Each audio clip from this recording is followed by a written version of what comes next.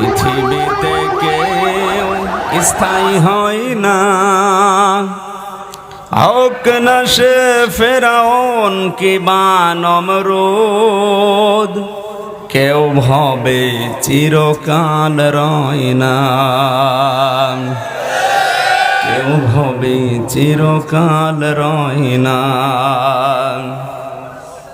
চলে যাই সব ছেড়ে যেতে হয়, মৃত্যু মানে না কোনো পরিচয়। 18 মাসেও যাদের আচরণ ছিল একরকম, দেখেন 18 মাস পরে নির্বাচিত হয়ে তাদের আচরণ ঠিক ওই দুই ভদ্রলোকের মতো হয়ে গেছে। এতদিন যাদেরকে বাপ বলতো, দাদা বলতো, খালু বলতো, এখন তাদেরকে শালা বলছে। এমনকি বৈধ জিনিস পর্যন্ত তারা মানতে চাচ্ছে না। তার মানে ক্ষমতায় না থাকলে মানুষ যতটুকু নম্র হয়, ভদ্র হয়, কৃতজ্ঞতা আদায় করে, ক্ষমতা পেয়ে অনেক মানুষ অহংকারী হয়ে যায়। হযরত লোকমান এইটা হননি। অনেক জ্ঞান পাওয়ার পর, এটা যেতে আল্লাহর একটা নিয়ামত, এই পৃথিবীর শ্রেষ্ঠ নিয়ামতের ভেতরে, এটা পাওয়ার পরে তিনি শুকরিয়া আদায় করেছিলেন, কৃতজ্ঞতা আদায় করেছিলেন, কৃতজ্ঞ হয়েছিলেন আল্লাহর কাছে। রব্বুল আলামিন বলেন, লাকাদ আতাইনা দাউদা ওয়া সুলাইমানা ইলমা। অবশ্যই আমি দাউদ আর সুলাইমানকে জ্ঞান দিয়েছিলাম। আকাল আলহামদুলিল্লাহিল্লাযী ফাদ্দালানা আলা কাসীরিম মিন ইবাদিহিল মুমিনিন। তারা দুইজনেই এই জ্ঞান পেয়ে কি করেছিল জানো? আকাল আলহামদুলিল্লাহিল্লাযী ফাদ্দালানা। তারা দুইজনের শুকরিয়া আদায় করেছে ওই আল্লাহর। ওনারা বলছে ওই আল্লাহর শুকরিয়া আদায় করছি আমরা, যিনি আমাদেরকে জ্ঞান দিয়েছেন, আমাদের মর্যাদা দিয়েছেন।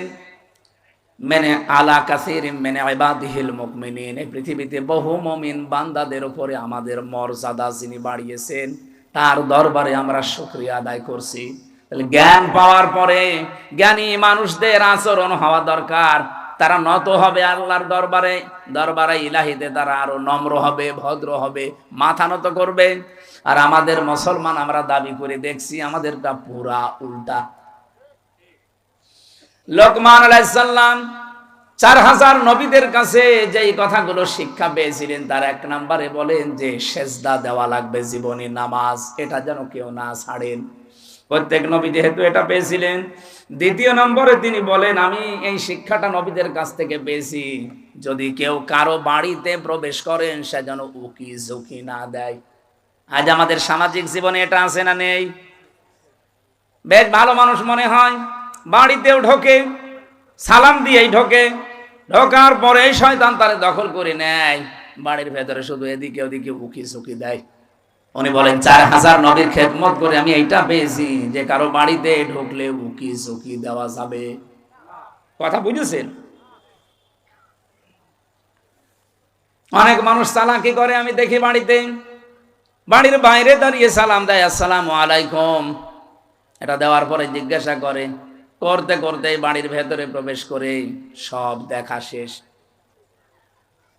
না, এই চালাকি করা যাবে না, কোরআনের নিষেধ। ইয়া আইয়ুহাল্লাযীনা আমানু লা তাদখুলু বুয়ুতান গায়রা বুয়ুতিকুম হাত্তা তাস্তানিসু ওয়া তুসাল্লিমু আলা আহলিহা। রব্বুল আলামিন বলেন, হে নবী, ইমানদারদেরকে বলেন, নিজের ঘর হোক আর অন্যের ঘর হোক, সালাম দেওয়া অনুমতি ছাড়া কারো বাড়িতে যাওয়া, এটা আমাদের আজ সামাজিক জীবনে আছে। বলেন বলেন, এটা আল্লাহ যেন আমাদের মেনে চলার তৌফিক দেন, বলেন আমিন। এটা অনেকেই হেলায় খেলায় নষ্ট করে, আমলটা করতে চায় না। না, এটা কোনো অনেক গুরুত্বপূর্ণ বিষয়, কোরআনে আল্লাহ যেহেতু দিয়েছেন। বহু মানুষ এই ছোট্ট আমলটার ভেতরে, এরপরে আমি কিছু আয়াতের ব্যাখ্যা পড়ে তাফসিরে দেখেছি, আজ যারা নিজেদের স্ত্রীকে প্রথম 1 বছর, 1.5 বছর, 2 বছর ভালো লাগে, কিন্তু এরপরেই দেখি সংসার আর টেকে না, নিজের বউর চাইতে অন্যের বউ দেখলেই কেমন যেন ভালো লাগে। এরকম মানুষ দেশে নেই? আপনি আছেন এরকম? এই রক দেশে আছে না নেই বলেন তো? প্রথম কিন্তু ভালোই লাগে। কালকেও একটা বিচার এসেছিল আমার কাছে, প্রায় রাত 10:30 পর্যন্ত এটার বিচার আমি করেছি।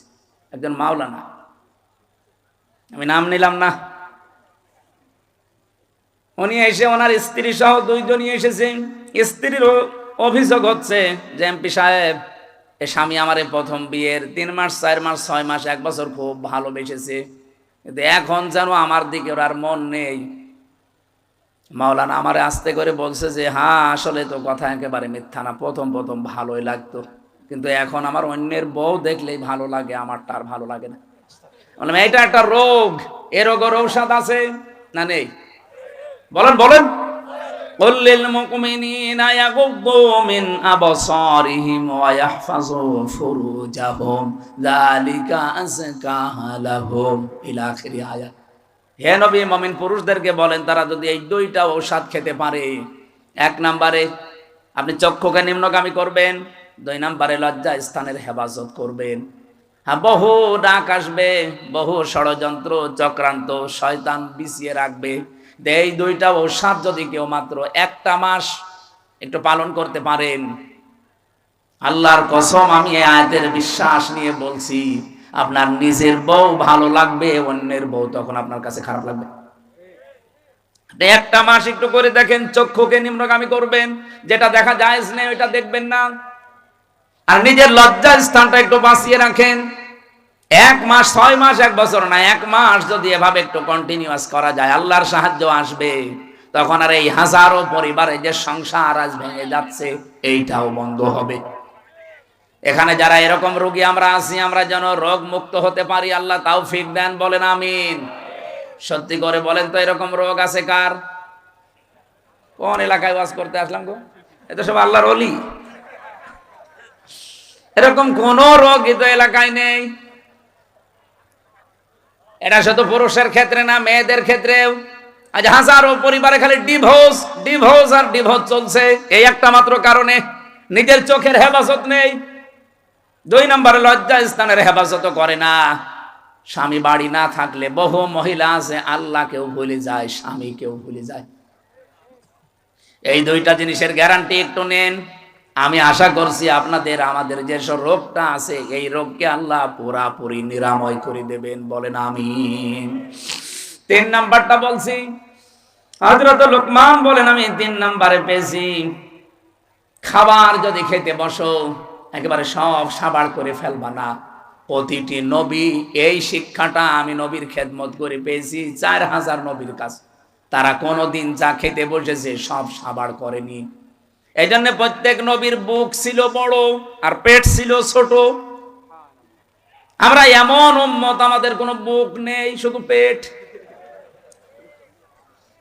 আমি সংসদে আমার ডাইনে বামে সামনে পেছনে যেখানেই তাকাচ্ছি শুধু ভড়ি আর ভড়ি, খালি আমারই ভড়ি নেই।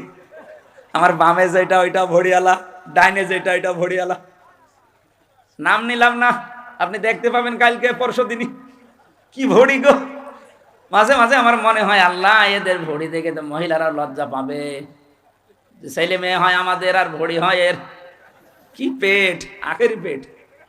নবীদের এরকম পেট হয়নি কেন? কারণ নবীরা 3টা সুন্নাত আদায় করে খাবার খেতেন, 1 ভাগ খাবার, 1 ভাগ পানি, আর 1 ভাগ হজম করার জন্য খালি রাখতেন। এই জন্য নবীদের পেট বড় হয়নি, বড় হয়েছে বুক। তাদের এই বুক বড় হওয়ার কারণে তারা জালেমদের সামনে মাথা নত করে নাই, সত্য বলতে ভয় পায় নাই। কথা বলছেন না কেন? আজ বাংলাদেশে আমাদের যদি সত্যি বুক থাকতো, আমি যেমন টার্গেট নিয়েছিলাম সংসদে, আমি যদি নির্বাচিত হতে পারি 100 দিনের ভেতরে আমি কুষ্টিয়ার সদর আসনে অন্তত 100 দিনের ভেতরে যতগুলো অফিস আদালত আছে সবগুলো জনবান্ধব করে তুলবো।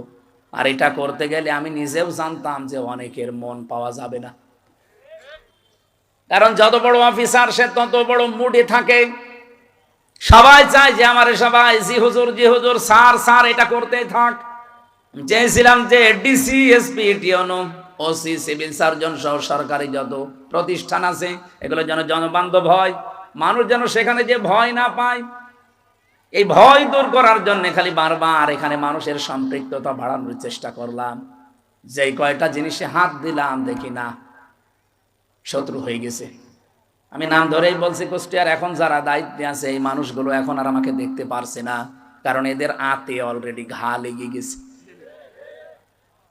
হাসপাতালে হাত দিলাম, হাসপাতালের যারা দায়িত্বে আছে এরা এখন আর রাজি না। প্রথম প্রথম বলতো যে হ্যাঁ খুব ভালো কাজ হচ্ছে। বাজারটা মনিটরিং করার জন্য এত অত্যাচার করে মানুষেরা। ম্যাজিস্ট্রেট নিয়ে একদিন গিয়ে দেখলাম 670 টাকা দিয়ে 570 টাকা দিয়ে মুরগি, দেশি মুরগি কিনেছে আর বিক্রি করছে 650 টাকা। ম্যাজিস্ট্রেটকে বললাম দেখেন তো সর্বোচ্চ লাভ করার কি আছে। উনি বলছে 18 থেকে 20 টাকা। একটা জিনিসে আপনি সর্বোচ্চ 18 থেকে 20 টাকা লাভ করতে পারবেন, আর ও লাভ করছে 1 কেজিতে 80 টাকা। বলতে গেলাম আমি কালার হয়ে গেছি। বলছে এইটা এমপির কাজ না। মাদকের ওখানে গিয়ে 27 জনের লিস্ট করলাম পুরা কুষ্টিয়ার ওই পাড়াতে, যে এদের দ্বারা সমাজ পরিবার ধ্বংস হয়ে যাচ্ছে। ও আল্লাহ, পরে দেখি যাদের কাছে নালিশ দিয়েছি সেই তাদের কাছে টাকা খায়। ওরা রাতের বেলা এসে আমারে বলছে হুজুর আপনি আমাদের নাম পাঠিয়েছেন থানায়, ও থানার বাবুরে ডাকেন। ওদের রাতের বেলা সিভিল পোশাকে এসে মাল নিয়ে যায়। আমি নালিশ দেবো কার কাছে? এখন তাদের কাছেও খারাপ যে হ্যাঁ এইটাও এমপির কাজ না। হাসপাতালে কাজ নেই, বাজারে কাজ নেই, মাদকে আমার কাজ নেই। আমার কাজ কোথায়? খালি বসে বসে জিকির করব। এই মানুষগুলো এখন শত্রু হয়ে যাচ্ছে। যে লোকটা একটু বন্ধু মতো ছিল সাবেক ডিসি, তারে অলরেডি শত্রুতা করে তাড়িয়ে দিয়েছে, কুষ্টিয়া থেকে বদলি করে দিয়েছে। এত বড় অপরাধ করার পরও কোনো অনুশোচনা তাদের নেই। এই মানুষগুলো বুক উঁচু করে মাইকের সামনে বলে আমাদের কথা শোনে না, এই জন্য তাকে আমরা বদলি করে দিয়েছি। লজ্জা। আমি ওই দিনই স্ট্যাটাস দিয়েছিলাম যে সৎ, যোগ্য এবং ভালো মানুষের কদর বাংলাদেশে নেই। যে যত বড় দুর্নীতিবাজ সে এই দেশের তত বড় হিরো। দেশের একেবারে 12টা বাজিয়ে দিচ্ছে যারা, তারাই নাকি এই দেশের এখন সর্বোচ্চ জায়গায়। আমার ভাইরা, আমি যে সিদ্ধান্ত নিয়েছিলাম এগুলো আমি পালন করবই, কারণ আমি কোরআনে কারিম থেকে এটা জানি দুনিয়ার সবাই যদি আমার শত্রু হয়ে যায়, আমি যে বুক বড় করেছি, বুক মানে এ বড় বুক এইটার বলে না, এ বুকের ভেতরে আল্লাহ যে সৎ সাহস দিয়েছে, আমার কুষ্টিয়ার যারা দায়িত্বে আছে এরা কেন সারা পৃথিবী আমার বিরুদ্ধে চলে গেলেও ডন্ট কেয়ার, কিছু মনে করি না। আল্লাহু তাকবীর, আল্লাহু তাকবীর, আল কোরআনের আলো, আল্লাহু তাকবীর। নির্বাচনের আগে যেই কথাগুলো মাওলানা হোসাইন একটা টাচ দিয়েছিল, এত বেশি শত্রুতা বাংলাদেশে কোনো এমপির বিরুদ্ধে কেউ করে নাই। আমার একেবারে সেই 11 সাল থেকে শুরু করে কাটছাট ভিডিওগুলো এনে 64 জেলায় ওরা 64টা মামলা পর্যন্ত দিয়েছিল কে দিয়ে? আমি একটা উদাহরণ দিতে গিয়ে 8 জনের নাম বলেছিলাম, তার ভেতরে আরাফাত রহমান, ওনার নামটাও ছিল। ওনার নামের ওই শেষে যে দুটো শব্দ আছে, ওই শব্দটাকে আমি বলেছিলাম এটা যদি কয়কার না দিয়ে কেউ কয়হস্যু দেয় তাহলে পাল্টিয়ে যায় নামটা। এইরকম আরো 8টা নাম বলেছিলাম, সেগুলো বলে নাই। এই 15 সেকেন্ডের ভিডিও ছেড়ে 64 জেলায় 64টা মামলা দিয়েছে। ওরা মনে করেছিল মামলা দিলে মনে হয় এ বসে যাবে। আরে ভাই, আমি তো আয়না ঘরে থাকা মানুষ, জেল ও তো আমার কাছে শ্বশুর বাড়ি মনে হয়। আয়না ঘরে থেকে আমি ফাঁসির কন্ডেম সেলের ভেতরে ছিলাম 3 বছর, খেয়ে না খেয়ে আমি ঝুলেছিলাম প্রায় 11 ঘন্টা, মাথা নিচের দিকে পা উপরের দিকে দিয়ে। আর আপনি আমার এখন ভয় দেখাচ্ছেন মামলা ও ছাতা তো আমি গুলিয়ে খেয়ে ফেলবো। এই জন্য আমাদের বুক বড় করা লাগবে ভাই। মাওলানা আব্দুল হাই সাইফুল্লাহ ভাই আমার বড় ভাই, আমি চাই আমাদের বুক যেন এরকম বড় হয় নবীদের মতো। প্রতিটি নবীর বুক ছিল বড়, তার মানে বুকের ভেতরে সাহস ছিল, আর পেট ছিল একেবারে ছোট। আজ বাংলার আলেম ওলামাগুলো যদি আমরা বুক বড় করতে পারতাম, বুকের সাহস নিতে পারতাম, আমার মনে হয় রাম বাম আর জেনারেল মানুষগুলো আলেমদের কদর আরো বেশি করত।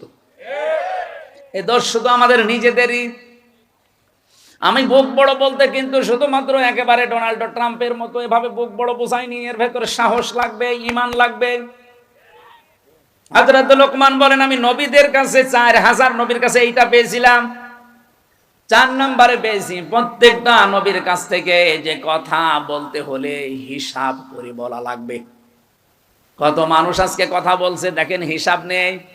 কত মন্ত্রী আজ কথা বলছে, তেল দিতে পারে না, একটু সরি বলবে না, আচ্ছা হেঁটে চলাফেরা করতে পারেন না, শরীর ভালো থাকবে। মানে মাথা থেকে পা পর্যন্ত পিটানো দরকার। কালকের দিন পরে তো দেখা হবে না, কারণ আমার পাশেই সিট, ওই সামনে তাকালে দেখা হবে। আমি জিজ্ঞাসা করবো চোখে চোখে যে আপনি একটা কথা বললেন, তেল দিতে পারেন না, সরি বলবেন না, বলছে হাঁটাহাঁটি করলে শরীর ভালো থাকে। সংসদের মেন গেট থেকে ভেতর পর্যন্ত এতটুকু পথ উনি হেঁটে আসে না, গেটে নামে, এরপরও মানুষের ঘাড়ে হাত দিয়ে যায় ভেতরে। আর সে যদি এই কথা বলে, কথা হিসাব নিকাশ করে বলা দরকার না? গতকালকে একজন এক কথা বলে, অলরেডি সারা দেশে এখন 92% মুসলমানের কলিজায় অন্তত রক্তক্ষরণ হচ্ছে, যদিও মুসলমান দাবি করে থাকে। উনি বলেছে ধর্ম ভিত্তিক রাজনীতি, ধর্ম কায়েম করার জন্য এই দেশে মুক্তিযুদ্ধ হয়নি, হয়েছে কিসের জন্য? ধর্ম যদি না থাকে দেশে, শুধু ইসলাম ধর্ম বলছি না, প্রত্যেকটা ধর্ম, কোন ধর্ম খারাপ কিছু করতে বলে না। ধর্ম যদি না থাকে আপনি কিভাবে থাকবেন, কোন পরিচয়ে থাকবেন বলেন? সুতরাং কথা যারা বলবেন হিসাব করে বলবেন। 5 নম্বরে উনি বলেন আমি পেয়েছি নবীদের কাছ থেকে সব সময় আল্লাহকে সঙ্গে রাখা লাগবে। 6 নম্বরে আমি পেয়েছি এই পৃথিবীতে কবরের চিন্তা করা লাগবে। 7 নম্বরে আমি 2টা জিনিস অর্জন আর 2টা জিনিস বর্জন পেয়েছি। 7 নম্বরে পেয়েছি সব সময় মানুষ যেন অন্তত মরা লাগবে এই চিন্তাটা মাথায় নিয়ে ঘোরে। যখনই চিন্তা হবে যে মরা লাগবে, ওর দ্বারা দুর্নীতি করা সম্ভব না। সর্বশেষ আমি 8 নম্বরে প্রত্যেক নবীর কাছে এটা পেয়েছি যে জীবনে আমাদের যেন কোনো বিষয়ে অহংকার না আসে। আল্লাহ পাক এই 8টা জিনিস 4000 নবী এগুলো শিখিয়েছে।